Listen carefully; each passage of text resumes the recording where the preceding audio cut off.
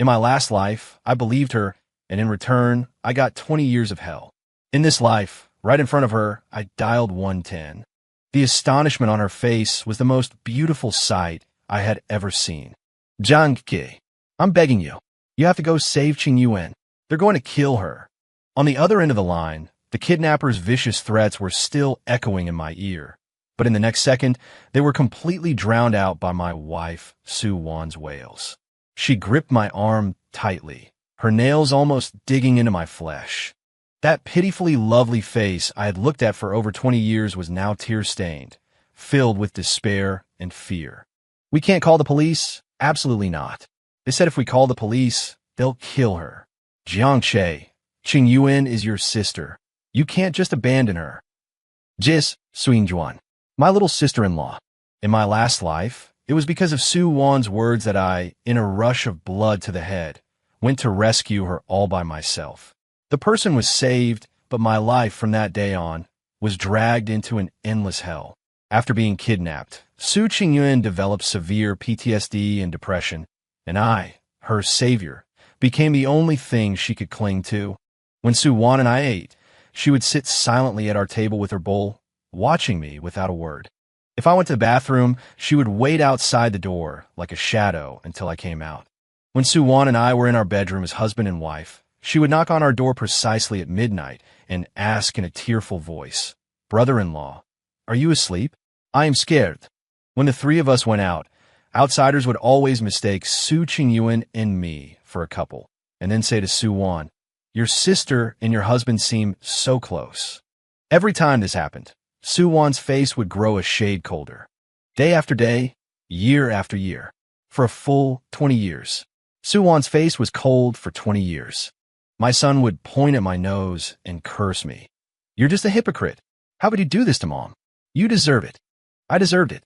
I also thought I deserved it, that I must have done something wicked in a past life to deserve such retribution in this one. I felt guilty towards Su Wan and tried desperately to make it up to her, but her heart was like a block of ice that could never be warmed, until the three of us grew old and sick. Before Su Qingyuan died, tormented by depression, she had become so thin she was barely recognizable as human. Su Wan, my wife, stood by the hospital bed and, in a venomous tone I had never heard before, whispered in Su Qingyuan's ear, "You're so clingy, I worry you'll stick to the pan during cremation and they won't be able to scrape you off." At that moment, I was thunderstruck, and soon, her resentment, by association, soon fell upon me, and my sick body rapidly deteriorated. On my deathbed, Su Wan's indifferent face was carved into my mind like a knife. "Jiang Che, it's been 20 years. My debt to you for saving my sister has been repaid.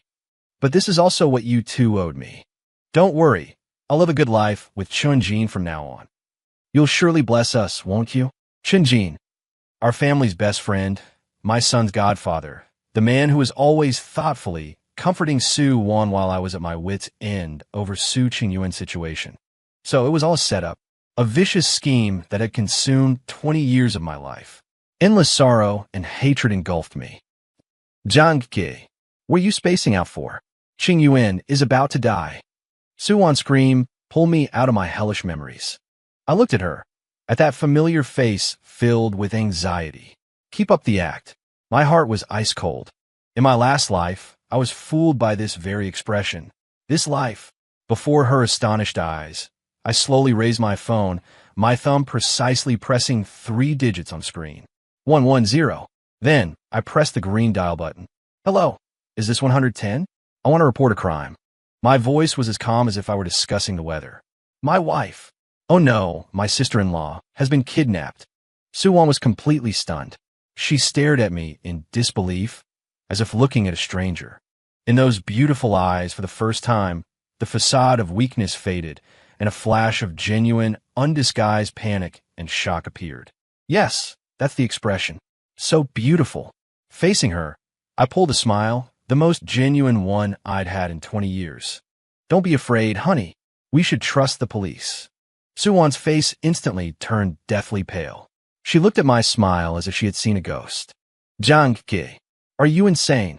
Su Wan finally snapped back to reality, screaming as she tried to snatch my phone. I dodged her with a simple turn of my body. On the other end of the line, the calm, professional voice of the dispatcher came through. Sir, please remain calm and tell us the details. Where are you right now? I'm in Unit X, Building X, XX Community. My wife, Su Wan, just received a call from kidnappers. Her sister, Su Qingyuan, has been kidnapped. They're demanding a ransom of 500,000 and have threatened us not to call the police. My speech was clear and orderly, conveying every piece of information without omission. Every word was like a heavy hammer, striking Su Wan's heart. Her face turned from deathly pale to ashen. The hand gripping my arm trembled violently from the force. Who told you to call the police? Who told you to call the police? Jiang Che, are you trying to get Qing Yuan killed? She lowered her voice, hissing, every word squeezed through her teeth. See, now she's getting anxious. Are you worried about your sister being killed? Or are you worried about the police disrupting your plan? I hung up the phone and grabbed her cold wrist, my face still wearing that considerate smile. Darling, don't get worked up. 500,000 is no small sum. Where would our family get that kind of money? Besides, how can you trust kidnappers? What if we pay the ransom and they still don't release her? Calling the police is the safest option. This reasoning was logical and irrefutable. In my past life, this was exactly how I persuaded Su Wan to agree to me calling the police. But what did she say then? She cried and said, the money isn't important. Qing Yuan's life is. If we don't have it, I can borrow it. Januke, I'm begging you. Qing Yuan has always listened to you the most since she was little. If you go save her, she'll surely feel at ease. Thinking back on it now, it's truly laughable. She wasn't afraid of me calling the police. She was afraid that police intervention would prevent her subsequent plan to have Su Qingyuan justifiably latch onto me and torment me for being carried out. As expected, Su Wan was left speechless by my words. She stared at me intently, her eyes filled with scrutiny and suspicion. Go on and suspect. Suspect all you want. You'll soon discover that this is only the beginning. Ding dong, the doorbell rang. Su Wan flinched, a flicker of panic crossing her face. I walked over and opened the door. Standing outside was a well-dressed man with a worried expression. Qinjin. The moment he stepped inside, without even stopping to change his shoes, he asked urgently, Wan, how is everything? I rushed over as soon as I got your call. Qing Yuan Shi. His gaze fell on Su Wan's pale face, full of heartache. Then, as if only just noticing me, he turned to me. Jiang Che, you're here too. About this matter. I looked at him expressionlessly. Act. You too, keep acting. Truly a pair of star-crossed lovers. As if she had found her backbone, Su Wan grabbed Qinjin's arm, her voice trembling. Qinjin. Zhang Guke. He called the police. Qinjin's face instantly changed color. He looked at me in shock, his brow furrowed, his tone tinged with blame. Jiang Che, how could you be so foolish? The kidnappers made it very clear not to call the police. What if they get provoked? If anything happens to Qing Yuan?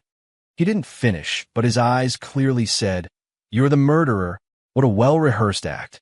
In my last life, I was completely fooled by their charade, thinking that Qinjin, my good brother, was the only one in the world who genuinely had our best interests at heart.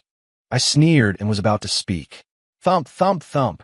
A series of rapid, forceful knocks sounded at the door, accompanied by a loud, sharp command. Police! Open up!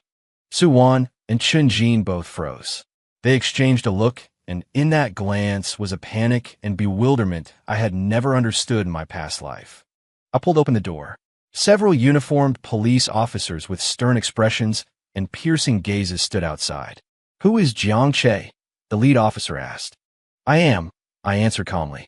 The officer's gaze swept over me, then over the pale-faced Su Wan and Qinjin behind me. Come with us to the station. We need to get the details of the situation. Su Wan swayed, nearly losing her balance. Qinjin quickly supported her, comforting her in a low voice. Don't be afraid, Wan. I'm here. The gesture was so intimate, leaving no room for doubt. The police officer's brow furrowed slightly as he looked at them, then back at me, the husband. I said nothing, merely following silently behind the police. The real show is just beginning. Su Wan, Chun-Jin, are you ready? It's time to settle the debts from these 20 years, one by one. Inside the police car, the atmosphere was dreadfully oppressive. I sat in the front, and through the rearview mirror, I could clearly see Soo-won and Chun-Jin sitting close together in the back. Soo-won's head rested lightly on Chun-Jin's shoulder, like a frightened bird.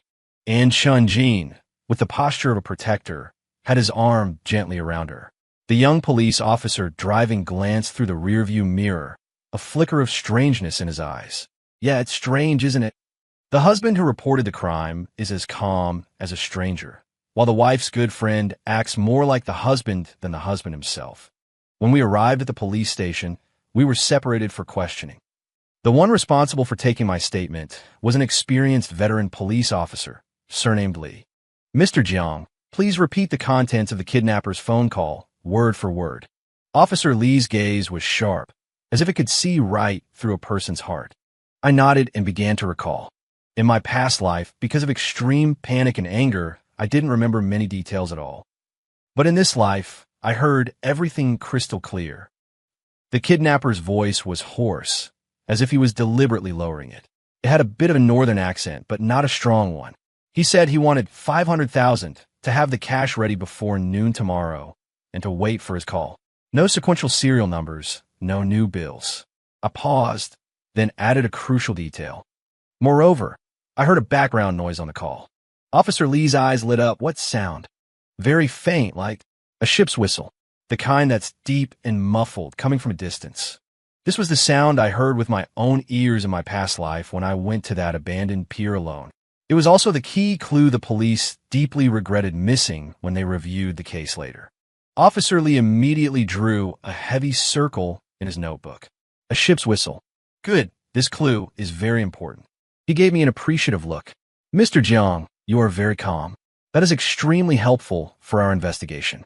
I gave a wry smile. How could I be calm when my own sister-in-law has been kidnapped? I'm just forcing myself to remember every detail, hoping I can help. Yes, calm. As calm as if I have a God's eye view. I acted like a good brother-in-law who was terrified, but trying his best to remain rational. This appearance was the least likely to arouse suspicion. The questioning lasted for nearly an hour. When I came out of the interrogation room, I immediately saw Soo-won and Chun-Jin waiting in the hallway.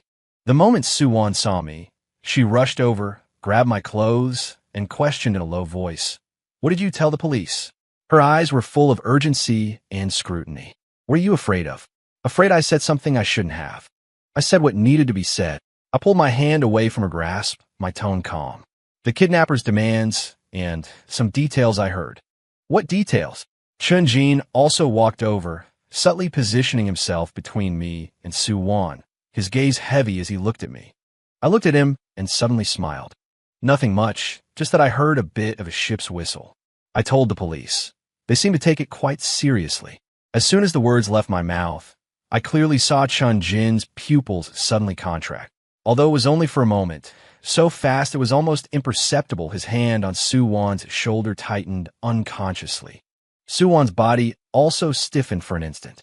This is it. The abandoned pier, right? In my past life, the kidnappers had hidden Soo Ching-yuen in a warehouse at an abandoned pier on the outskirts of the city. The place was deserted, with only a single waterway leading out. And that pier was one of the properties abandoned years ago by Chun-Jin's family company. This was all the truth I had pieced together from fragmented conversations I overheard after I died. A ship. Soo-won forced a smile, her expression a little unnatural. Are you sure you didn't mishear? Our home is so far from the river. How could you hear a ship's whistle? Maybe. I shrugged, with an uncertain look on my face. I was just saying, maybe I was hearing things. The more uncertain I acted, the more uneasy they became. Watching the two of them, wanting to ask but not daring to, exchanging glances of shock and suspicion, a wave of morbid pleasure washed over me. Don't worry, this is just the beginning. In the last life, you made me guess for 20 years. In this life, it's your turn. Just then, Officer Lee came hurrying out of his office, a hint of joy on his face. Mr. Jiang, the clue you provided was crucial. We've investigated all the piers in the city, and combined with the Skynet surveillance, we have preliminarily locked onto the trail of the kidnapper's vehicle. The target is the Donghai abandoned pier on the city outskirts. Officer Lee's voice wasn't loud, but in the empty hallway, it was perfectly clear. At that moment, all the color drained from Su Wan's and Chun Jin's faces. The police's operational efficiency was beyond imagination. After locking onto the Donghai abandoned pier, the SWAT team was immediately dispatched. Su Wan, Chun Jin, and I were told to stay at the police station and wait for news. Every second of the wait felt like being roasted over a fire. Of course, I wasn't the one being roasted. I sat on the cold bench, quietly watching the two restless people across from me. Su Wan was wringing her hands incessantly, her lips bitten white. Her gaze drifted anxiously towards the end of the hallway from time to time. Chun Jin, on the other hand, frequently checked his phone with a furrowed brow, his fingers tapping rapidly on the screen as if contacting someone. Tipping off your accomplice? Too late. In my past life, a full 5 hours had passed between me receiving the call and rushing to the docks. Those 5 hours gave the kidnappers ample time to prepare and ample time to torture Su Qingyuan. But in this life, it only took a little over an hour from reporting the crime to the police locking onto the target. I'd like to see how you carry out your plan now. About an hour later, Officer Lee's phone rang. He answered it, and after a few ahas, his expression turned grave. The air in the entire hallway seemed to freeze. Su Wan shot to her feet, staring intently at Officer Lee, her body trembling slightly with tension. Chun Jin also put away his phone and stood by her side, his expression solemn. Finally, Officer Lee hung up and strode towards us. The hostage has been successfully rescued. That short sentence landed like a bomb. Su Wan's body suddenly went limp, and she nearly collapsed, caught by Chun Jin just in time. Her face was a mixture of relief, lingering fear, and a flicker of disappointment that I could understand, one that was hard to notice. Disappointed? Disappointed that Su Qingyuan was rescued too quickly before she had the chance to suffer enough psychological trauma. Is that it? The hostage is currently very unstable and extremely frightened, but she has not sustained any actual physical harm. The two kidnappers were arrested on the spot and are being escorted back now. Officer Lee looked at us, announcing the good news. That's wonderful. Wonderful. Su Wan covered her face and finally began to cry, but there was little joy in her voice. Chun Jin patted her back, comforting her softly. It's okay, Ah Wan. Qingyun is safe. He turned his head to me, forcing a smile that was uglier than a grimace. Jiang Che, it's all thanks to you for reporting it in time, otherwise. I looked at him coldly. Thanks to me for reporting it in time and disrupting your entire plan. Soon, an ambulance came roaring up. Su Qingyuan was carried out on a stretcher by the paramedics. Her eyes were shut tight, her body was trembling, and she kept muttering, don't come near me. Her young face was filled with terror. Su Guan rash forvarth, krain, in Juan. Qingyuan, big sister is here. However, Su Qingyuan didn't react to her calls at all, lost in her own fear. After a brief examination, the doctor told us, the patient has suffered a severe psychological shock and needs to be sent to the hospital immediately for psychological intervention. Family members, please come with us. Su Wan and Chun Jin were about to get into the ambulance, but I stopped them. Wait a minute. Everyone looked at me. I walked to the side of the stretcher and looked at Su Qingyuan's pale little face.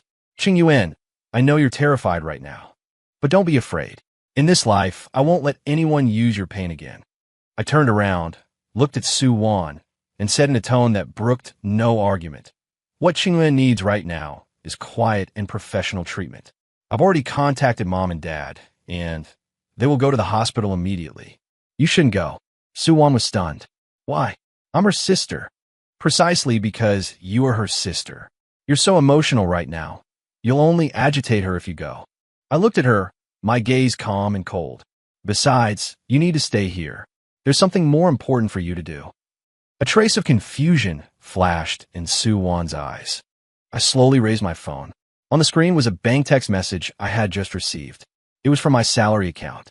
It showed that just half an hour ago, a sum of 500,000 had been transferred out. The recipient account was under a stranger's name. And as it happened, I recognized that name. It was the name of one of the kidnappers from my past life. I turned the phone screen towards Su Wan and Chun Jin beside her, asking word by word. My wife, can you explain this to me? Why was our family's emergency money transferred perfectly on time into the kidnapper's account, just moments before the police rescued her? Chapter 5. My voice wasn't loud, but it exploded like a depth charge in the hearts of everyone present. The air was instantly dead silent. The color drained from Sue Wan's face in an instant. She stared at the transfer record on my phone, her lips trembling, unable to utter a single word. Shinjin's expression also turned extremely ugly. He subconsciously tried to pull Sue Wan, but my icy gaze forced him back. Officer Lee, ever so sharp, immediately sensed something was wrong. He strode over and took the phone from my hand. A single glance, and his face darkened. 500,000. Recipient, Wang. He looked up, his sharp eyes pinning Sue Wan like nails. Ms. Sue Wan, this Wang, who we have just confirmed, is one of the two kidnappers. Can you explain why you transferred the ransom money to the kidnapper before the hostage was rescued? Sue Wan's body began to tremble violently. She looked pleadingly at Shinjin, her eyes filled with panic and fear. Shinjin immediately stepped forward, shielding Sue Wan, and explained anxiously, Officer Lee, this must be a misunderstanding. Awan was just desperate to save her. The kidnappers must have contacted her again and forced her to send the money. She's just a woman. She was scared out of her wits. How could she think clearly? The kidnappers contacted her. I interrupted him with a cold laugh. How did they contact her? Her phone has been monitored by the police since we reported the case. There were no suspicious calls. I turned to Sue Wan, pressing her step by step. Honey, tell me, how did you bypass the police monitoring to get in touch with the kidnappers? Or is it that you didn't need to contact them at all because you already knew the account number? Pushed back by my questions, Sue Wan stumbled, only kept from falling by Shinjin, who caught her. She looked at me, her eyes filled with a stranger's fear, as if seeing me for the first time. I don't know. I don't know anything. She argued incoherently. It wasn't me. I didn't transfer any money. You didn't. I took out my own phone, opened the banking app to the login screen. Our family savings have always been in my salary account. Only the two of us know the password. If it wasn't you, was it me? I held the phone out to her. Go on, in front of the police, enter the password. Let's see if you misremembered. Sue Wan stared at my phone as if it were a hot potato, her face as white as a sheet. How could she dare? Shinji knew that password too. In my past life, Sue Wan had used the excuse of needing money urgently for family to get the bank card password from me, and then told Shinjin without a second thought. The two of them had long since figured out all my cards. Enough! Shinjin suddenly shouted, pulling Sue Wan behind him protectively. Jiangche, what are you trying to do? Qingyuan was just rescued, and instead of caring for her, you're here interrogating your wife. Do you have any conscience? He was self-righteous, playing the part of a perfect protector. My conscience was devoured completely by you two wretched dogs in that 20-year hell of my past life. I just want to know the truth. I met his gaze calmly.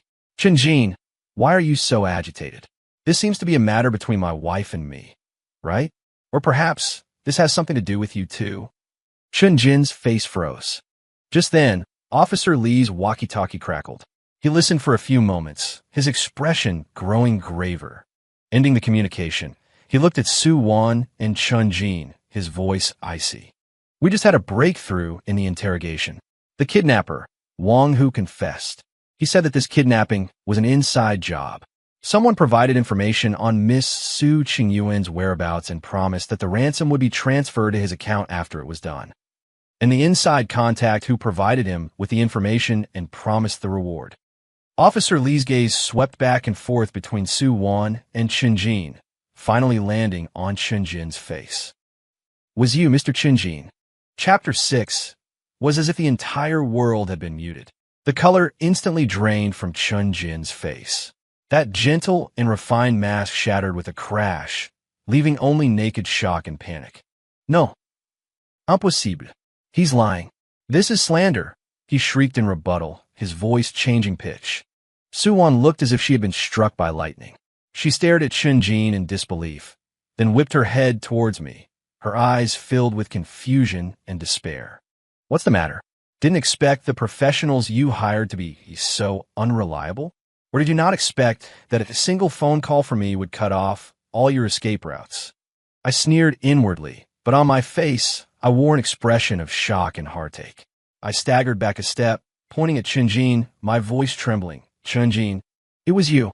Why? Weren't we the best of friends? Qing Yuan, she even calls you Uncle Chun.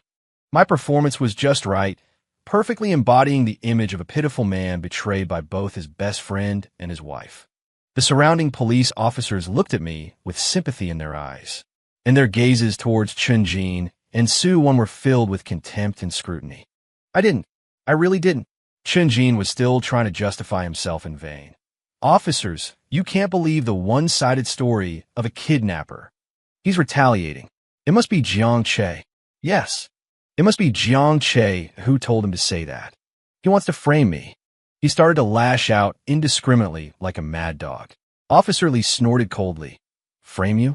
We've just checked your call history. An hour before the kidnapping, you had a 3-minute call with the kidnapper, Wang Hu. Do you still want to argue? The evidence was irrefutable. Chunjin's last shred of hope was completely shattered. He went limp, his eyes vacant, muttering to himself, It's over. It's all over. Seeing him in this state, Su Wan finally realized the situation was hopeless. Her body swayed, and suddenly she did something I never expected. With a thud, she knelt before me. Jiang Qi, I am sorry. I'm so sorry. She hugged my leg and burst into tears. It's all my fault. I was possessed. I love you too much. I was jealous. I was jealous of Qing Yuan's good relationship with you. I was afraid you'd be snatched away by her. That's why I asked Chunjin for help, to teach her a lesson. I never wanted to kill her. I just wanted to scare her, to make her stay away from you in the future. She cried her heart out, her words filled with genuine emotion and sorrow. She took all the blame upon herself, portraying herself as a pitiful woman who had gone astray due to jealousy born from love. At the same time, she exonerated Chunjin, painting him as a tool she had used. What a brilliant move to sacrifice the pawn to save a king. If I were still the fool from my previous life, I might have actually softened and believed her nonsense. Unfortunately, I was not that person anymore. I looked at Su Wan kneeling on the ground, her shoulders shaking with sobs, and felt not a single ripple in my heart. Keep acting. Your tears are worthless to me now. Slowly, one by one, I pried her fingers from my calf. Then, I squatted down to her eye level. In a voice only the two of us could hear, I whispered something in her ear. Wife, you forgot to tell them. In our last life, that's not what you said. Su Wan's crying came to an abrupt halt. She shot her head up, staring at me as if she had seen a ghost, her pupils shrinking to tiny dots in utter terror.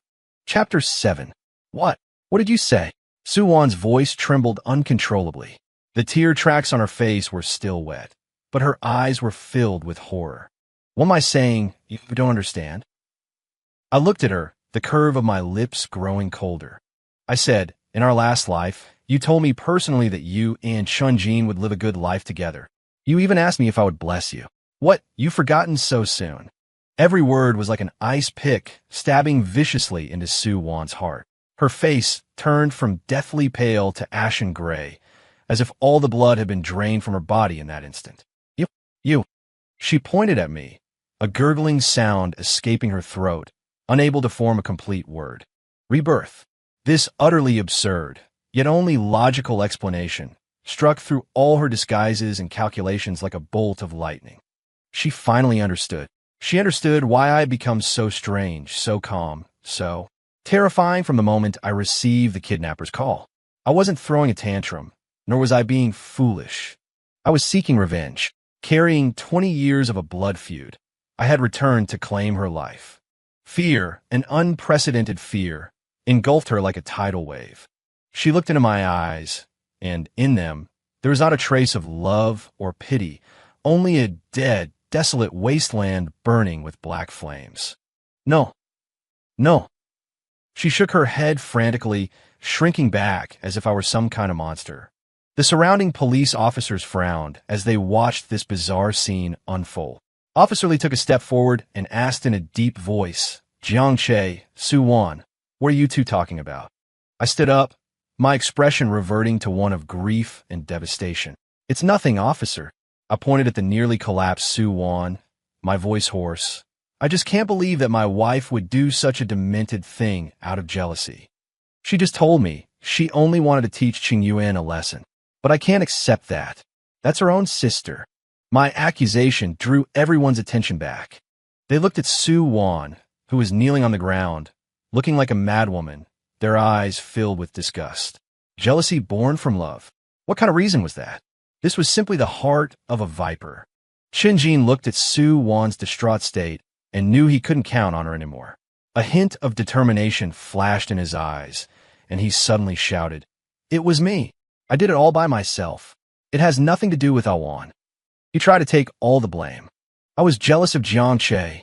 I've liked Awan for many years, but she married Jiang Che.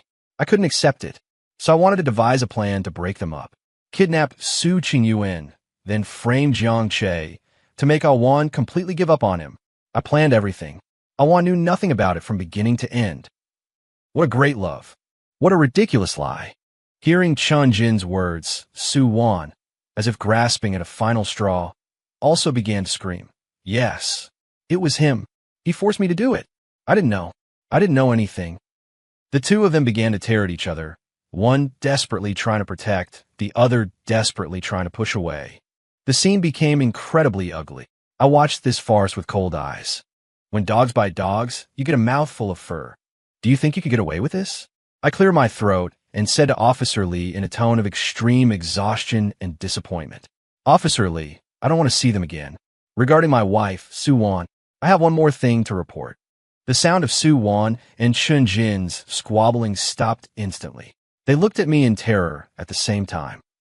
I spoke slowly, dropping the last and most fatal bomb. She is suspected of embezzlement.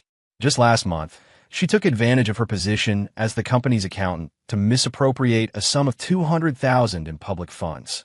And I've checked the transaction records for that money. The account it ultimately flowed into. I paused, my gaze sweeping over Chun Jin's face, which had instantly lost all its color. The account holder is none other than Mr. Qinjin. Chapter 8. If the kidnapping plot could be explained away with a nonsense excuse of jealousy born from love, then embezzlement and illegal transfer of funds were irrefutable criminal offenses. This final blow completely sealed off any escape route for Su Wan and Qinjin. Su Wan collapsed on the floor, without even the strength to cry. She just stared at me with empty eyes, as if to carve my image into her very bones. In that gaze, there was hatred, there was resentment, but more than that, there was the despair of being utterly crushed of the world ending. Chun Jin looked as if all the bones had been removed from his body. He completely fell apart. He knew it was all over. The mastermind of a kidnapping, plus an accomplice to embezzlement. What awaited him was a long time in prison. Officer Lee immediately arranged for someone to verify the information I reported. The chain of evidence for financial crimes was far easier to lock down than the more subjective motive for a kidnapping. In less than half a day, the results were in. The evidence was conclusive. Su Wan and Chun Jin were formally placed under criminal detention. When they, wearing cold handcuffs, were escorted past me by the police, I didn't even give them a second glance. I just calmly completed the remaining procedures and then walked out of this place where I had spent 2 lifetimes. Outside, the sun was brilliant, stinging my eyes and making them water. I took a deep breath of the free air, which didn't have the smell of hospital disinfectant, the persistent scent of medicine that always clung to Su Qingyuan, or Su Wan's frosty, cold aura. It was good. I took out my phone and dialed my father-in-law's number. In my previous life, because of Su Qingyuan's situation, the elderly couple felt guilty towards me and granted my every request. But because of their daughter's tragedy, their hair turned white overnight. And Su Wan used their guilt to firmly control the entire family. In this life, I would not let them be kept in the dark again. The call connected. "Hello, Jiang Che. How is Qingyuan? You and Awan." My father-in-law's voice was full of anxiety. "Dad," I interrupted him. "Qingyuan is in the hospital, and her mood has temporarily stabilized. But I have something else, something more important, that I must tell you and Mom, about Su Wan and also about Qinjin." I recounted the entire sequence of events in the calmest, most objective tone possible. including the truth of the kidnapping, including Su Wan and Chun Jin's affair, and the fact that they had conspired to embezzle company funds. On the other end of the line, there was a long, deathly silence. I could imagine the shock and heartbreak the elderly couple must be feeling at that moment. For a long time, my father-in-law's old and tired voice sounded again, trembling uncontrollably. "Jiangche is what you said. All true, Dad. I guarantee it with my character." I said word by word. "The police have already opened a case, and the evidence is conclusive. Su Wan and Chun Jin have been taken into criminal custody." On the other end of the line, there was a dull thud, as if something had fallen to the floor. Immediately after came my mother-in-law's heart-wrenching wails. I listened quietly, without a trace of pity in my heart. This was something they had to bear. Raising a daughter like Su Wan was their misfortune, and also their failure of duty. Jiang Ge. My father-in-law's voice seemed to have aged 10 years in an instant. We've wronged you. Dad, you don't have to say you're sorry," I said calmly. "I didn't call you to hear an apology. I'm here to inform you of something. I will file for divorce immediately. From now on, I have no relationship with your Su family." Chapter 9. My divorce proceedings went exceptionally smoothly. As the party at fault and being in prison, Su Wan had no capital to negotiate with me at all. We had no children, and the division of property was extremely simple.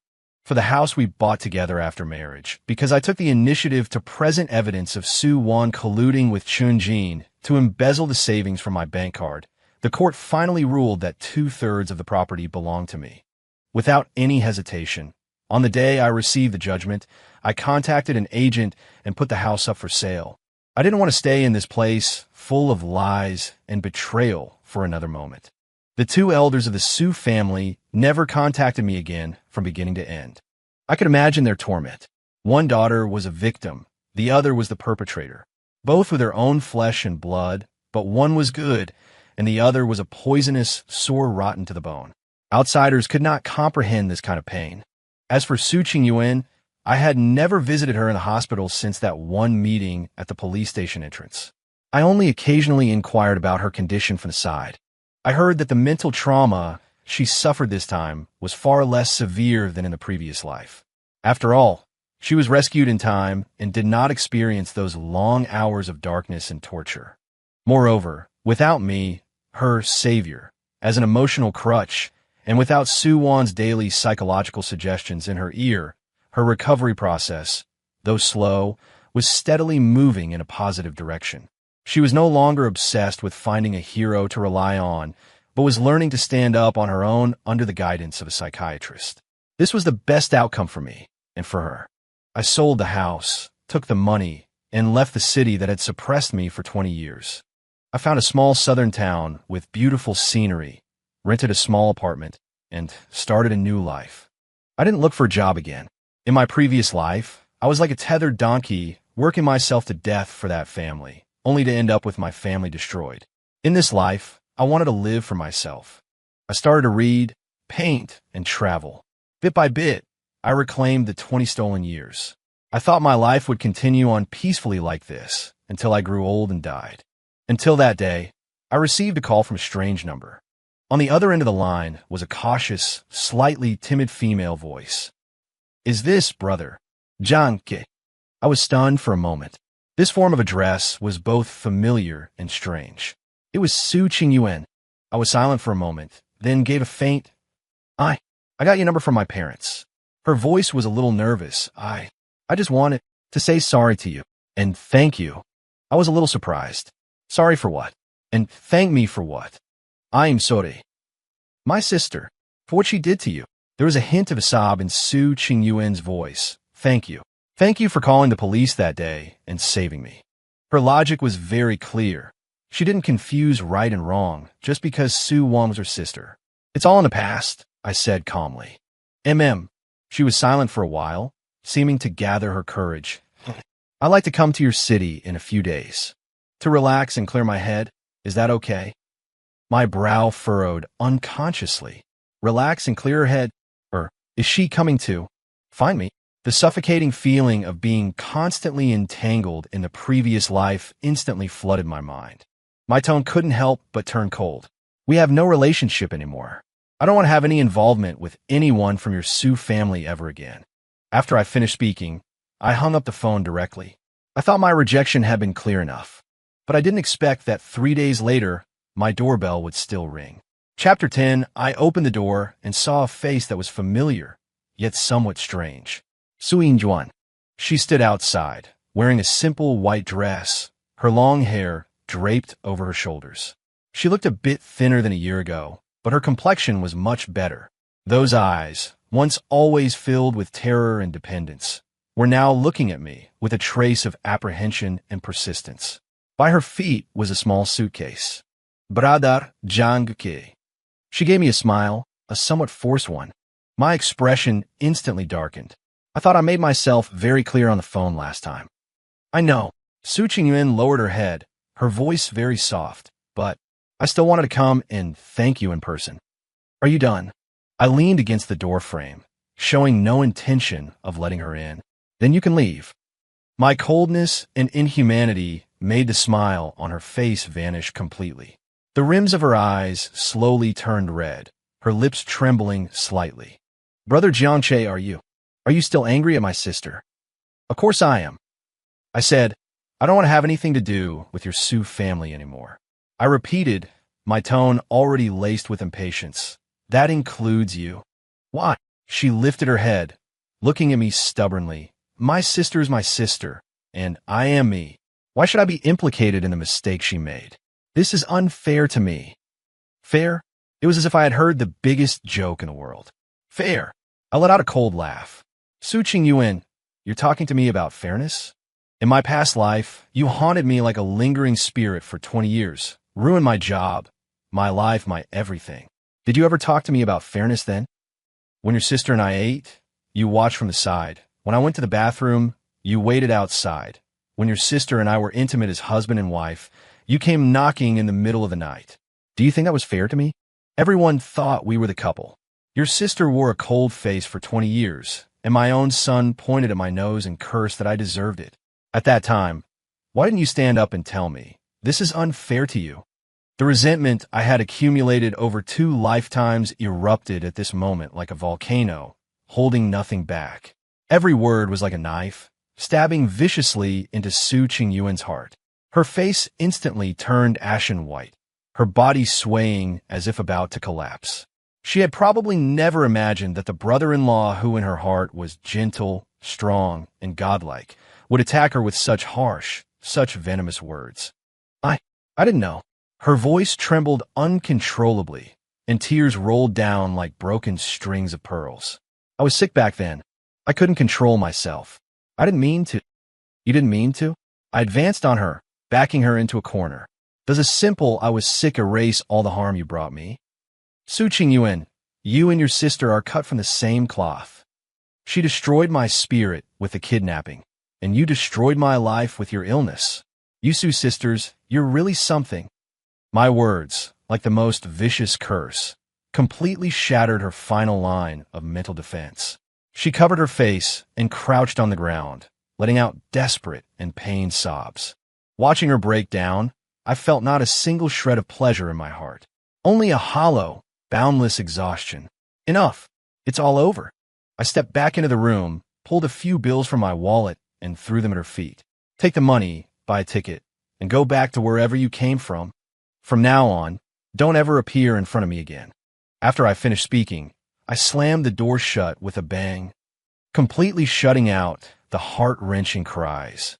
Outside, Su Qingyuan's crying gradually subsided, and finally disappeared completely. I thought she had left. I thought this nightmare that had entangled 2 lifetimes had finally come to an end. However, in the middle of the night, I was woken up by a series of urgent phone rings. It was the property management. Hello, is this Mr. Jiang? Can you come down for a moment? At your doorstep. There's a girl. It looks like she slit her wrists. Chapter 11, my mind went buzz and then completely blank. Slit her wrists. These words, like a dull, rusty knife, twisted viciously in the most unbearable part of my memory. In the past life, Su Qingyuan was just like this. Whenever I showed the slightest sign of distancing myself from her, She would use self-harm to gain my attention and guilt. Every time, I had no choice but to compromise. Every time, I felt myself being strangled tighter by an invisible chain. Here we go again. Do you think I'll fall for it again? A violent anger rose from the bottom of my heart. I grabbed my coat and rushed downstairs. In the hallway, a few neighbors and the property security guards had already gathered. Su Qingyuan was lying on the cold floor tiles, her face as pale as a sheet of paper. On her wrist, a hideous wound was shocking to the eye, and fresh blood had stained her white dress red.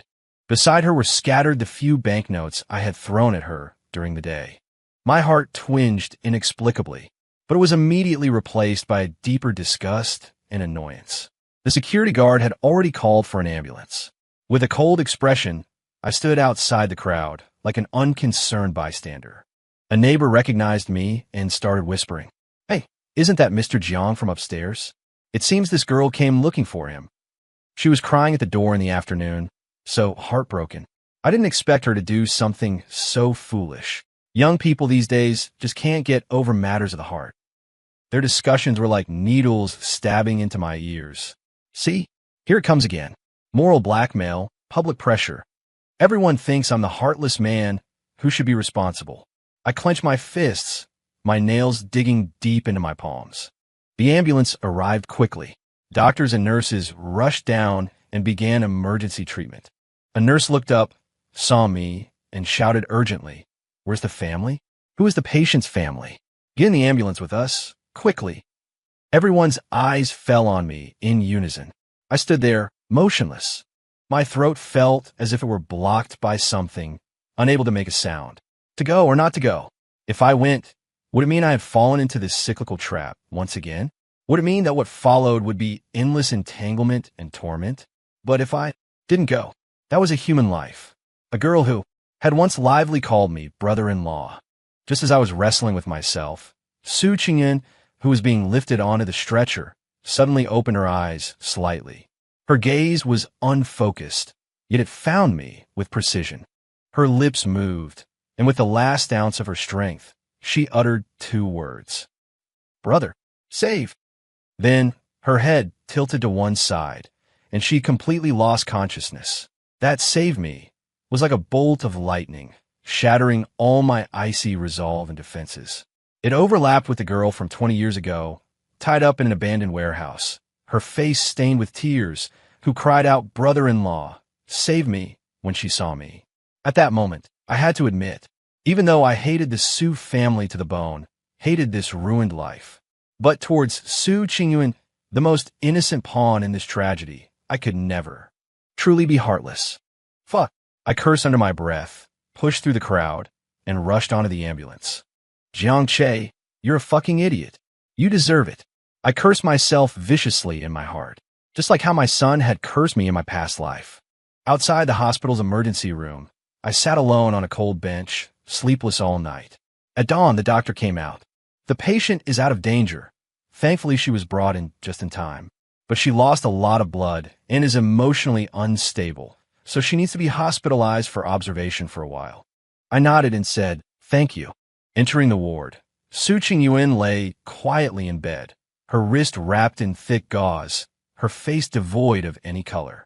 She wasn't awake yet, and undried teardrops still clung to her long eyelashes. I looked at her, my feelings a complicated mess. Hate her? Of course I did.